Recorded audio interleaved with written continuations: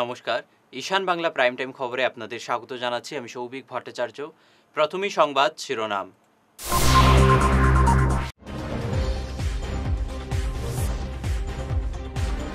জরুরি ভিত্তিতে দেওয়া হবে জমি কেনাবেচার এনওসি, সুস্মিতাকে আশ্বাস জেলা শাসকের।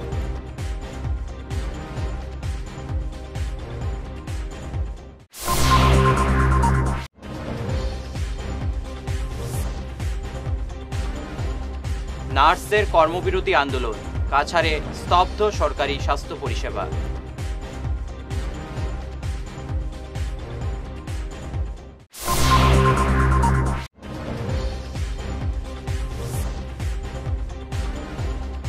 টাকার লোভে এপিএসসিতে দুর্নীতির বাজার খুলেছিলেন রাকেশ পাল, বললেন মুখ্যমন্ত্রী।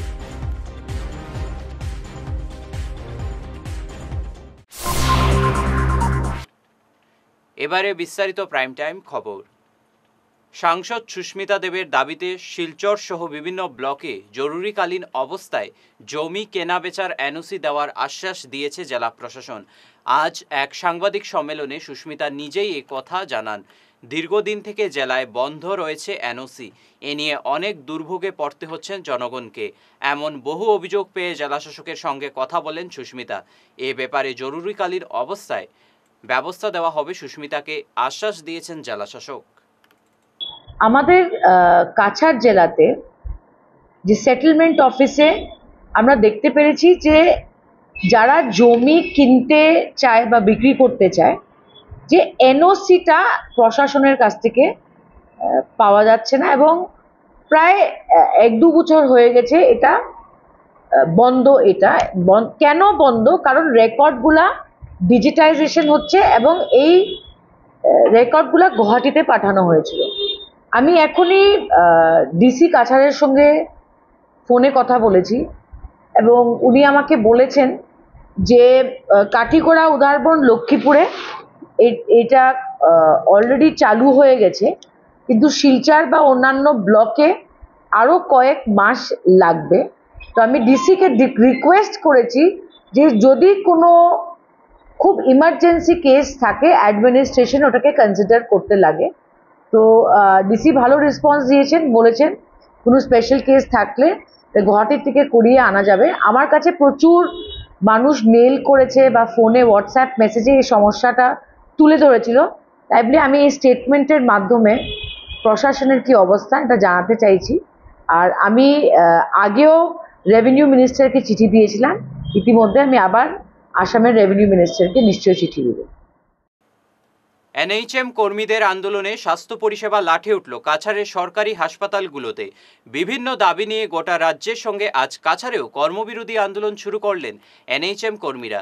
এদিন শিলচর সিভিল হাসপাতাল, মেডিকেল কলেজ হাসপাতাল সহ জেলার সবকটি সরকারি স্বাস্থ্য কেন্দ্রে প্রতিবাদ গড়ে তোলেন তারা।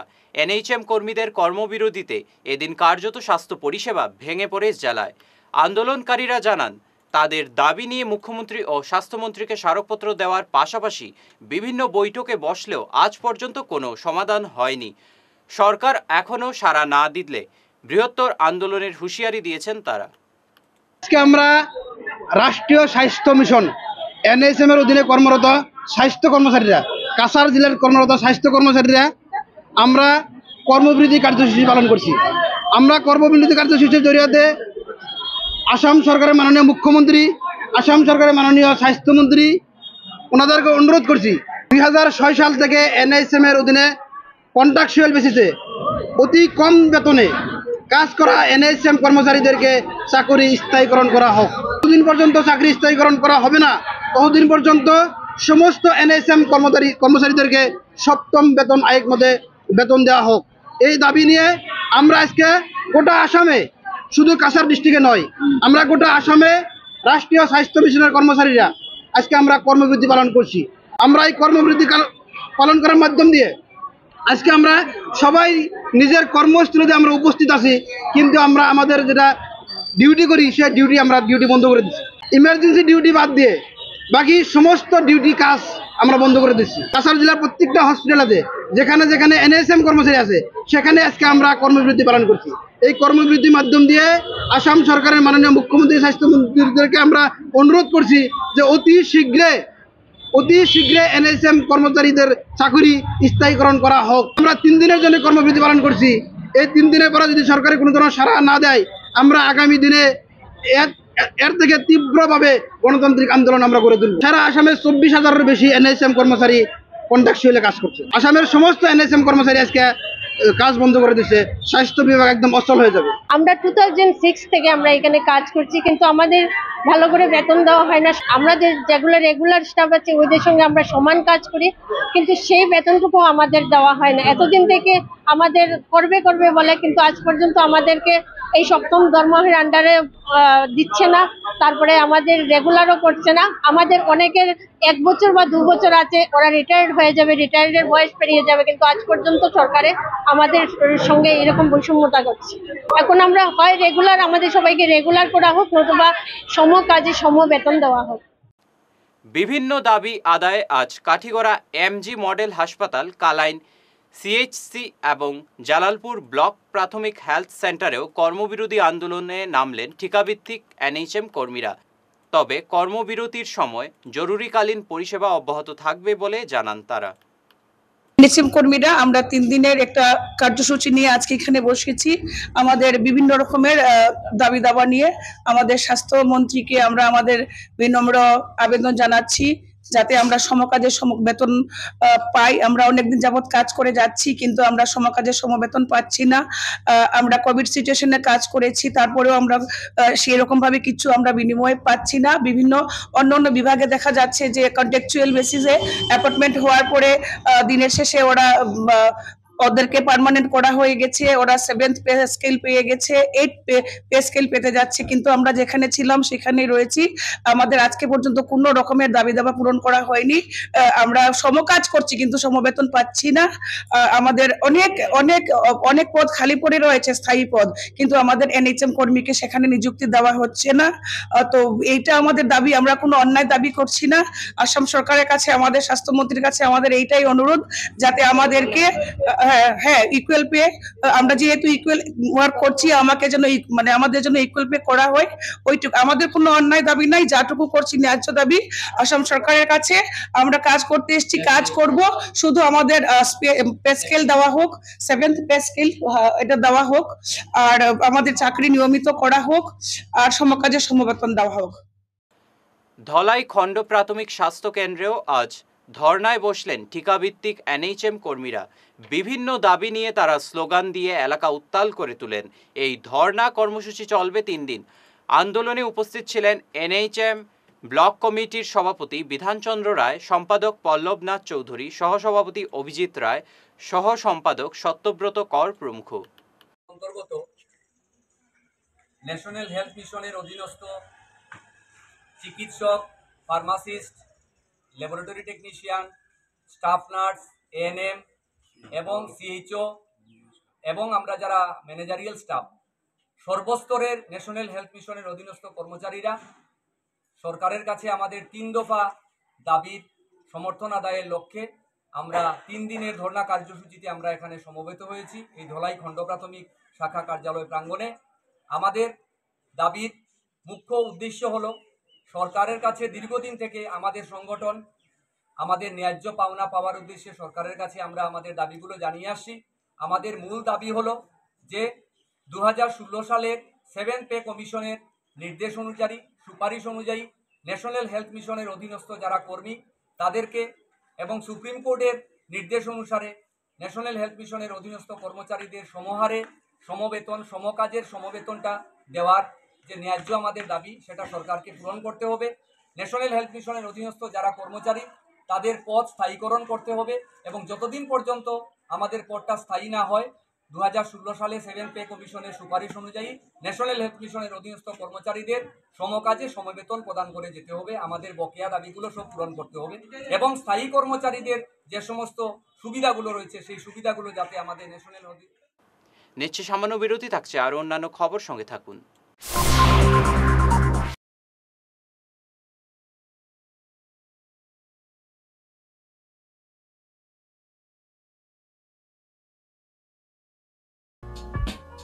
Dear parents, students and well-wishers, you all know Vivekananda Senior Secondary School also known as Vivekananda Junior College, was established in 2003 at Chenkuri Road, Silchar, pin code 788007, having science, arts, commerce streams.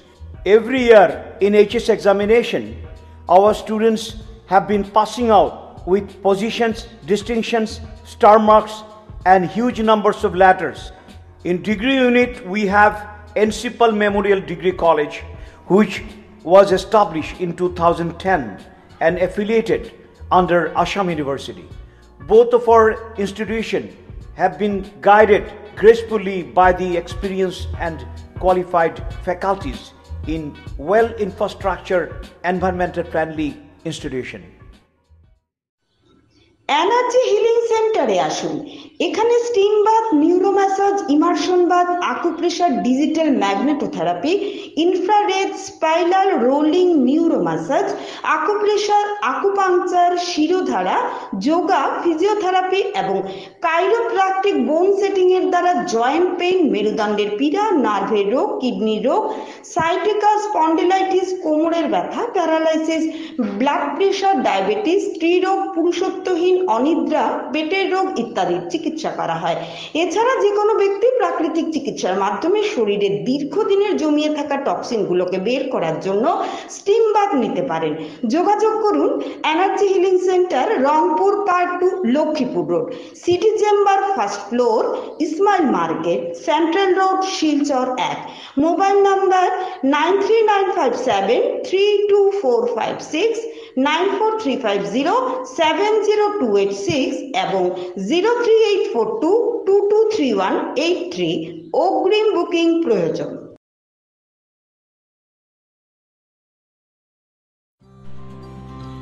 সোনার সংসার jewellers, সোনা মানেই সোনার সংসার। আমাদের এখানে রয়েছে চূড়, বালা, Bengal, mantasha, chain, ring, চুড়ি। 50,000 টাকার সোনার গহনা কেনাকাটা করলে রয়েছে একটি নিশ্চিত উপহার।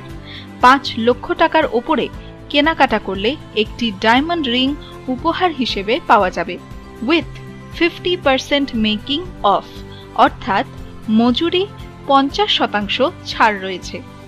ইএমআই সিস্টেমে সোনা পাওয়া যাবে। মাসিক কিস্তিতে সোনা কিনতে পাওয়া যাবে। 12 মাসের কিস্তি জমা দিলে 13 মাসের কিস্তি সম্পূর্ণ বিনামূল্যে। পুরনো সোনার বদলে নতুন সোনার গহনা পাওয়া যাবে।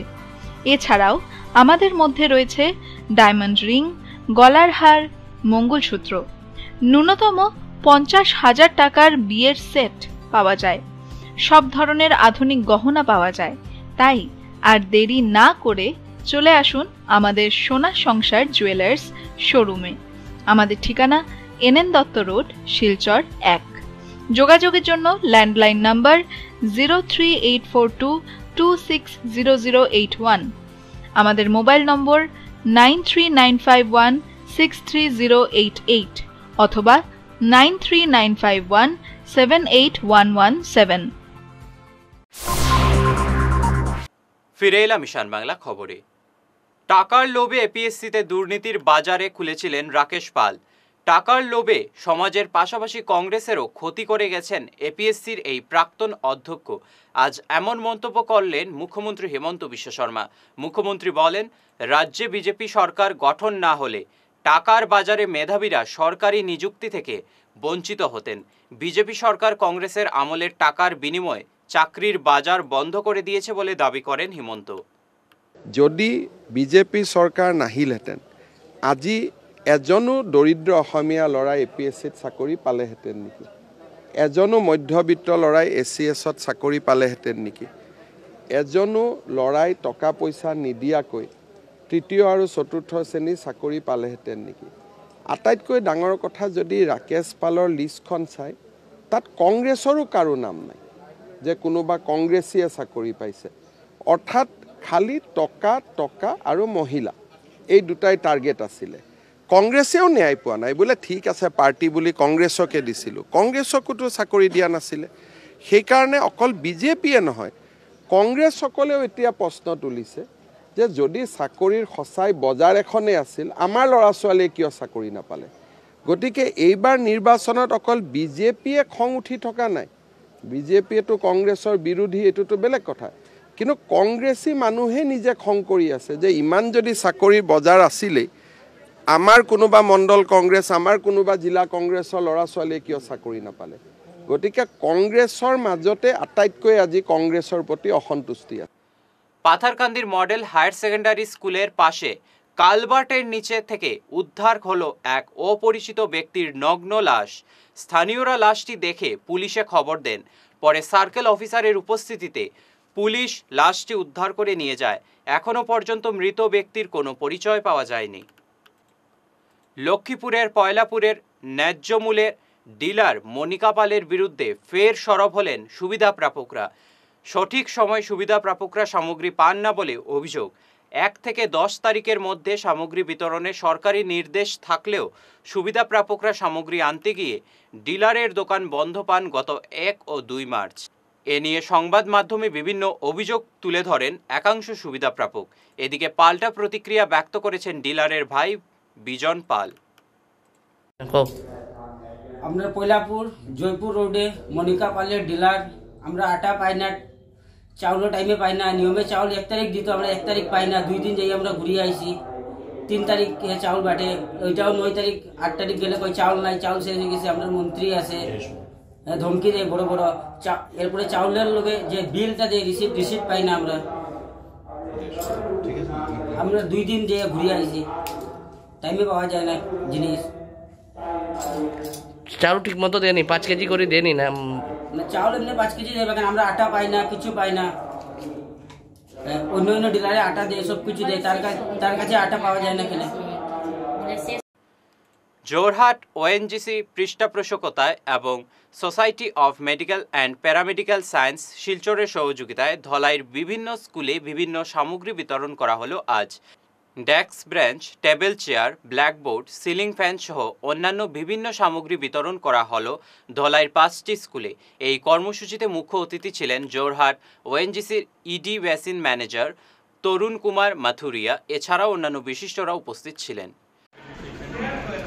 हमारा एक रिक्वेस्ट है district administration for ever operations we are going on, please cooperate with the administration part, because this is the profit what we are sharing. If it is a gap, if the gas, oil and gas, we can find some big discoveries here, तो हमारा और profit बढ़ेगा and then we devote more part in the social work. और हमें बहुत अच्छा लगा, हमारी टीम को बहुत अच्छा लगा, यहाँ के टीचर्स से, यहाँ के एडमिनिस्ट्रेशन से मिलके। एंड जैसा मिस्टर सिंगला को मैं थैंक बोलना चाहूँगा, he has taken a initiative. और आगे भी जो भी हमसे बनेगा हम उसको करने के लिए तत्पर रहेंगे। धन्यवाद। आज जो कौन में हमने फर्नीचर्स दिए हैं, ठीक है, और इलेक्ट्रिकल अप्लायंस दिए हैं, और इसमें हमने पब्लिक एड्रेस सिस्टम दिया है और एक्वा गार्ड दिया है। ये सब चीज़ें के चेयर्स दिए हैं, इवन टीचर्स के लिए भी दिया है, और मेन हमारा स्टूडेंट्स के लिए जो बेंचेस हैं। तो we are committed for this and in future में भी कोई भी हमारे कंट्रीब्यूशन होगा, we always welcome for it and always forward. Thank you. শেষ করার আগে বিশেষ বিশেষ খবরের অংশগুলি আরও একবার।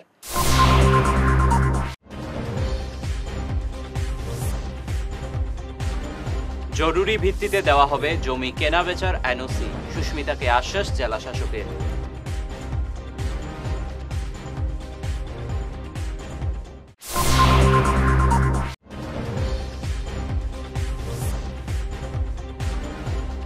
নার্সদের কর্মবিরতি আন্দোলন, কাছাড়ে স্তব্ধ সরকারি স্বাস্থ্য পরিষেবা।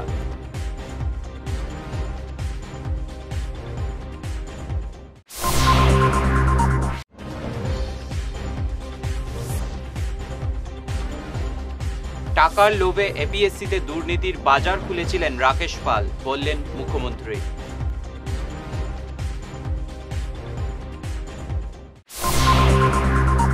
এখনকার মতো ঈশান বাংলা প্রাইম টাইম খবর এ পর্যন্তই। নমস্কার।